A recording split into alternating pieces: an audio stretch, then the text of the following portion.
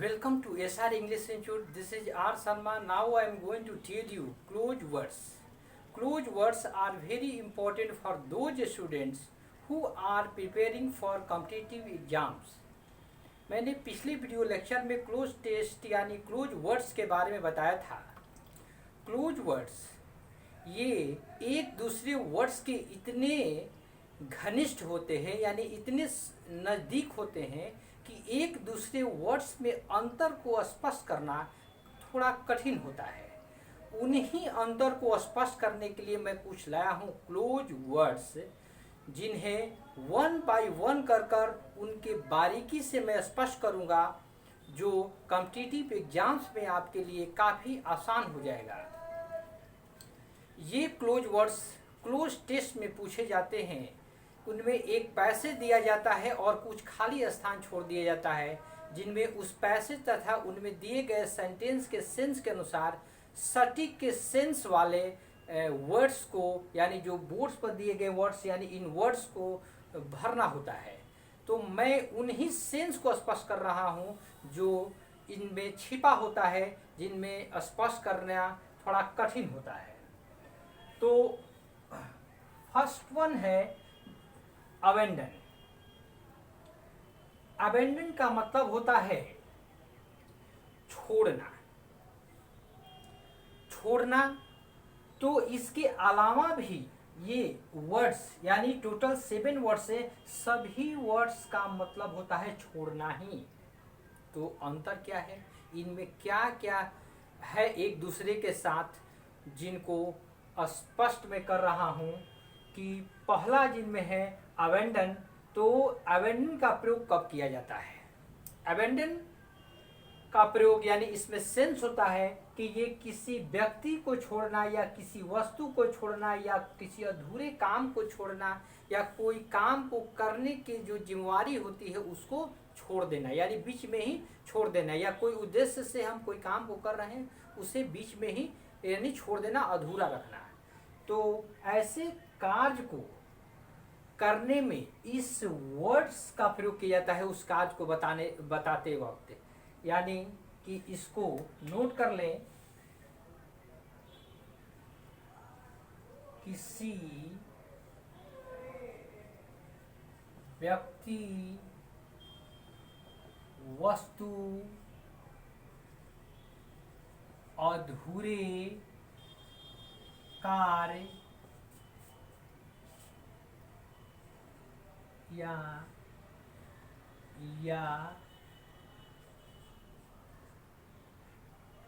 बीच में ही किसी कार्य को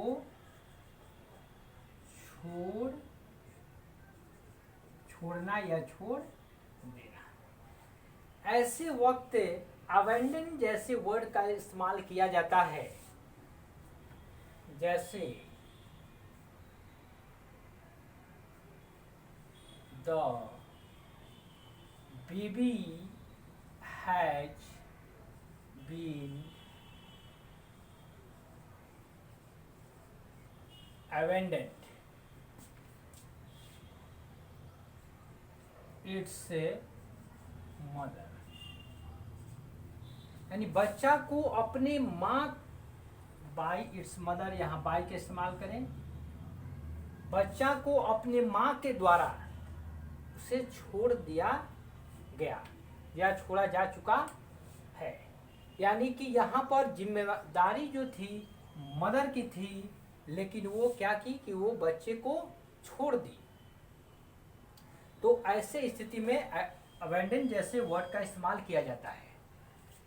नेक्स्ट सेकेंड वन इज अब्डिकेट, यानी अब्डिकेट, ABDICAT, अब्डिकेट यानी अब्डिकेट वर्ड्स का इस्तेमाल पावर, ड्यूटी यानी शक्ति जिसको कहते हैं किसी चीज़ों का, या सत्ता भी कह सकते हैं, ड्यूटी यानी कर्तव्य कहते हैं, अथॉरिटी मीन्स अधिकार जैसे कार्य को छोड़ना, स्पेशली जैसे कोई सत्ता में व्यक्ति हो उसे छोड़ देना, स्पेशली पॉलिटिकल से संबंधित ये ज़्यादा इस्तेमाल किया जाता है एब्डिकेट जैसा वर्ड। जैसे यानी नोट कर लें, किसी पावर को छोड़ना, DUTY ड्यूटी को छोड़ना, या AUTHORITY अथॉरिटी या अथॉरिटी को छोड़ना या छोड़ देना। स्पेशली जो होता है ये इस्तेमाल किया जाता है जैसे कोई व्यक्ति पावर में हो या कोई गद्दी पर बैठा हो, तो इस स्थिति में ऐसे वर्ड्स को छोड़ना के अर्थ में प्रयोग किया जाता है। जैसे she was forced to abdicate the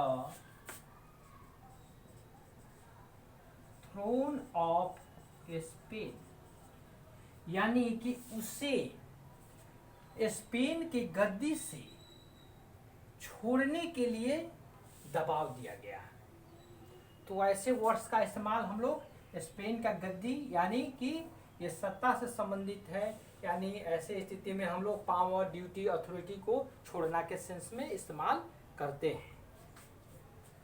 and third one is अब्जूअर या अब्जूअर भी कह सकते हैं, जिसमें र को, आर को साइलेंट कर दिया जाता है। ये वर्ड स्पेशली किसी नौकरी, किसी पद या धर्म को छोड़ने से संबंधित इस्तेमाल किया जाता है। इसको भी नोट कर लें, किसी नौकरी, पद या धर्म को स्वयं इच्छा से छोड़ना। कैसे छोड़ना?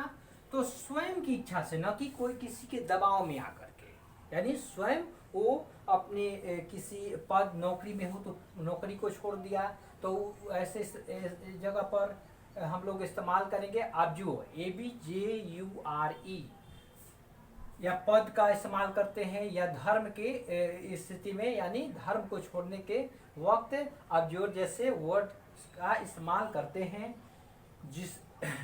जिसे एग्जाम्पल से समझें,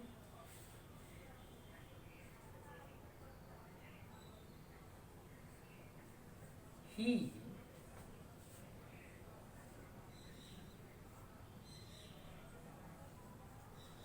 abjured his religion at a very young age, यानी वह है बहुत ही कम उम्र में अपने रिलीजन को एब्जूर यानी त्याग दिया, छोड़ दिया। या दूसरे शब्द में भी कह सकते हैं, यानी दूसरे सेंटेंस में, he absorbed his managerial post in this bank, यानी वह इस बैंक में अपना या इस बैंक से अपने मैनेजरियल पोस्ट को त्याग दिया, छोड़ दिया। यानी किसी स्थिति में अपने इच्छा के से छोड़ने की स्थिति में, किसी के दबाव में आने की स्थिति में इस शब्द का इस्तेमाल नहीं किया जाता है। And for one is desert. Desert ये वर्ड आप सुने होंगे, जिसको नाउन के रूप में भी इस्तेमाल किया जाता है और वर्ब के रूप में भी इस्तेमाल किया जाता है। नाउन के रूप में जो इस्तेमाल किया जाएगा तो मरुस्थल का प्रयोग किया जाएगा, और यानी मरुस्थल अर्थ होगा, और ये वर्ब के रूप में जब इस्तेमाल किया जाएगा तो इसका अर्थ होता है किसी व्यक्ति को अकेला छोड़ देना या किसी चीज को अकेला छोड़कर चले आना। जैसे किसी व्यक्ति या चीज को अकेला छोड़ना या छोड़ देना। जैसे आजकल देखे होंगे कि बहुत सारे लोग एजुकेशन के लेकर के अपने गांव को छोड़ करके शहर की ओर भाग रहे हैं। तो ऐसे स्थिति में एग्जिट उस जगह पर यानी उनको छोड़ने की स्थिति में, यानी वो अपने घर को अकेला छोड़ दे रहे हैं, यानी वहाँ गांव को छोड़ दे रहे हैं, छोड़ करके अब वो शहर की ओर एजुकेशन के पर्पज से चले आ रहे हैं। तो ऐसे स्थिति में इस वर्ड का इस्तेमाल हम लोग कर सकते हैं। जैसे many people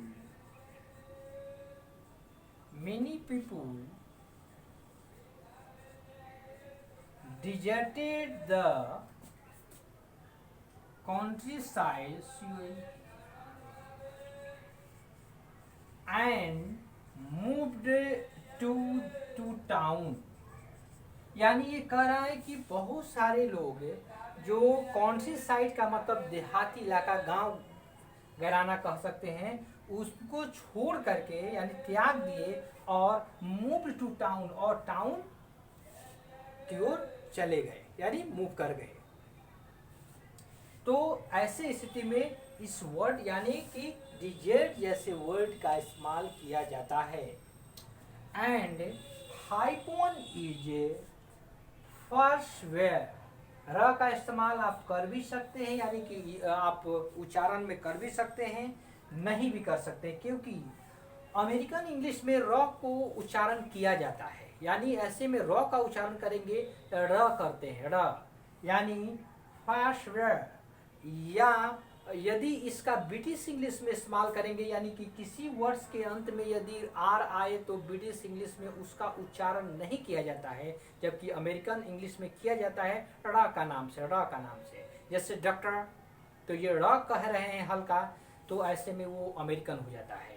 प्रोफेसर, टीचर, तो ये अमेरिकन होता है। वहीं प्रोफेसर, टीचर, मास्टर, तो ऐसे में ये ब्रिटिश इंग्लिश होता है। यानी कि ऐसे स्थिति में हम लोग उच्चारण के आधार पर ये बात किए, और ये हम लोग इसके सेंस और इसके अर्थ के आधार पर बात करें तो ये वर्ड फर्स्ट वेयर जो वर्ड है, इसका इस्तेमाल अधिकतर हम लोग झूठे कोई शपथ को, यानी किसी काम को करने के लिए उसमें झूठे शपथ लेते हैं।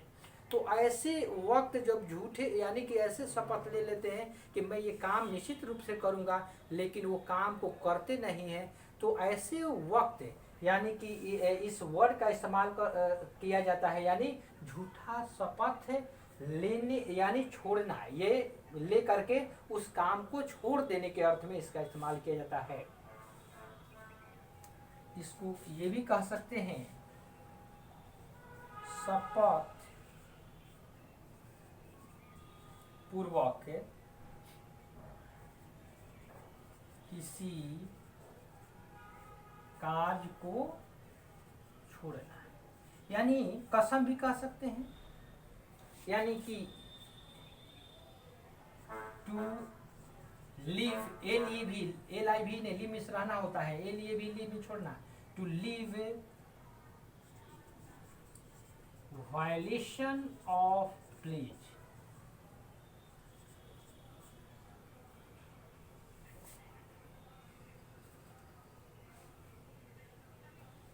यानी ऐसे स्थिति में हम लोग जिस वर्ड्स का इस्तेमाल करते हैं, ये यानी कि इसको ये भी कह सकते हैं कि हम लोग किसी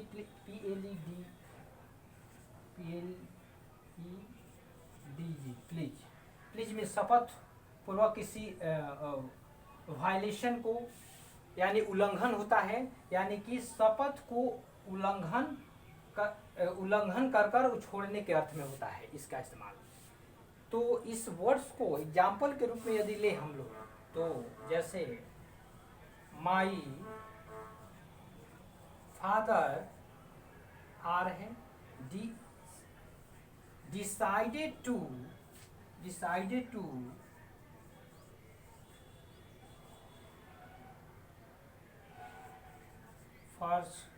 persevere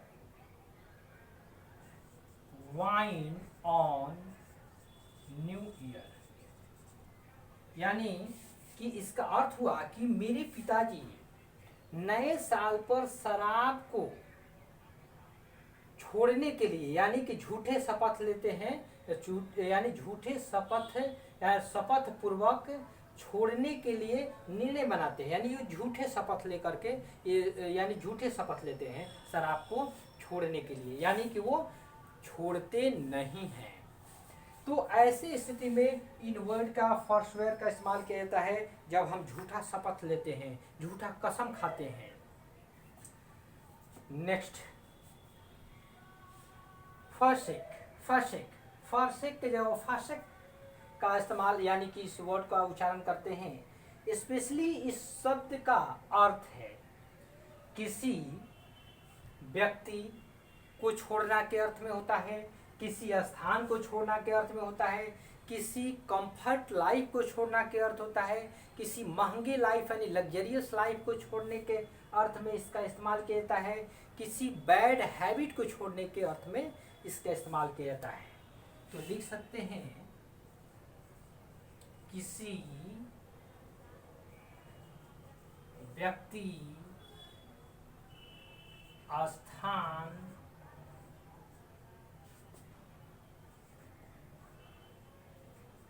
बुरी आदत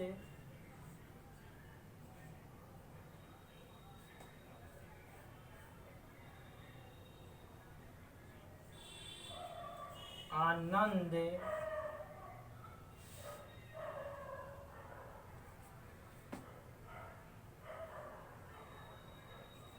को छोड़ना के अर्थ में इस शब्द का इस्तेमाल किया जाता है। आनंद में ही आ जाएगा, लग्जरियस लाइफ भी कह सकते हैं। तो ऐसी स्थिति में इस शब्द का इस्तेमाल हम लोग फर्से का करते हैं। एग्जाम्पल के रूप में किसी व्यक्ति को छोड़ने के अर्थ में यदि उठाया जाए तो the children have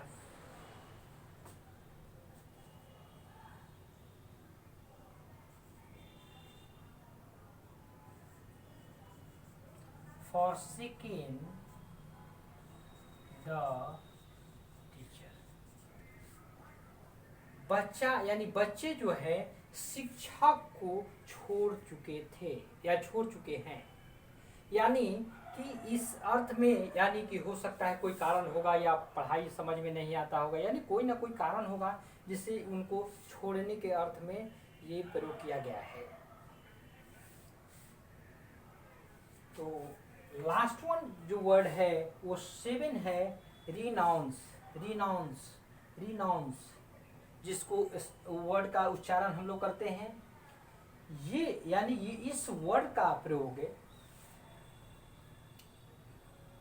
specially ownership या ओनरशिप मीन्स मालिकपन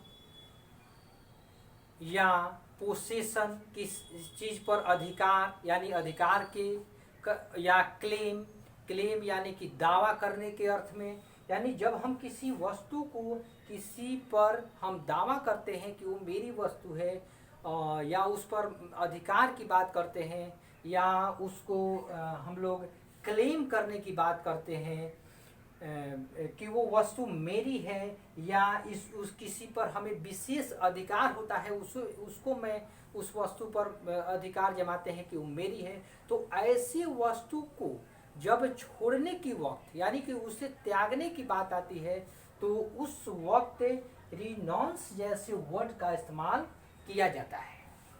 यानी लिख सकते हैं किसी ओनरशिप यानी मालिकपन, POSSESSION पोसेशन मीन्स अधिकार, क्लेम यानी कि दावा के अर्थ में इसका इस्तेमाल किया जाता है, या विशेष अधिकार को PRIVILEG प्रिविलेज। प्रिविलेज यानी कि ये होता है विशेष किसी चीज पर यदि आपका अधिकार हो तो ऐसे चीजों को छोड़ना,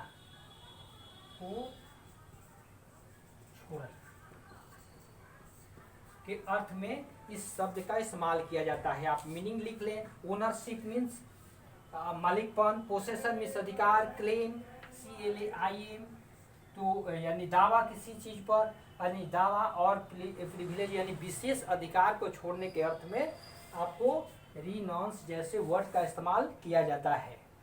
एग्जाम्पल उठाया जाए तो एग्जाम्पल होगा हर हस्बैंड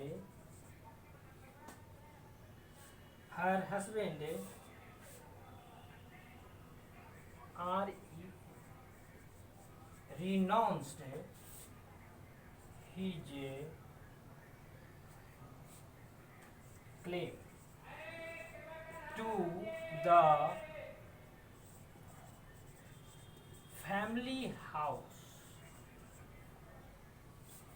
यानी इसका अर्थ हुआ कि हर हस्बैंड कहें, इसको लिख सकते हैं, और हर एक्स हस्बैंड, एक एक्स यानी किसी वर्ड में यानी हस्बैंड के पहले यानी रिलेशन में एक्स लगा देते हैं तो उसका मतलब होता है कि पूर्व, यानी पूर्व कोई व्यक्ति या वस्तु व्यक्ति के अर्थ में किया जाता है, यानी कि उसके पूर्व पति यानी पिछले पति, भूतपूर्व जो पति हैं वो यानी फैमिली के घर के लिए अपने क्लेम को क्लेम को वो रिनाउंस कर दिए, यानी कि उसे छोड़ दिए यानी त्याग दिए।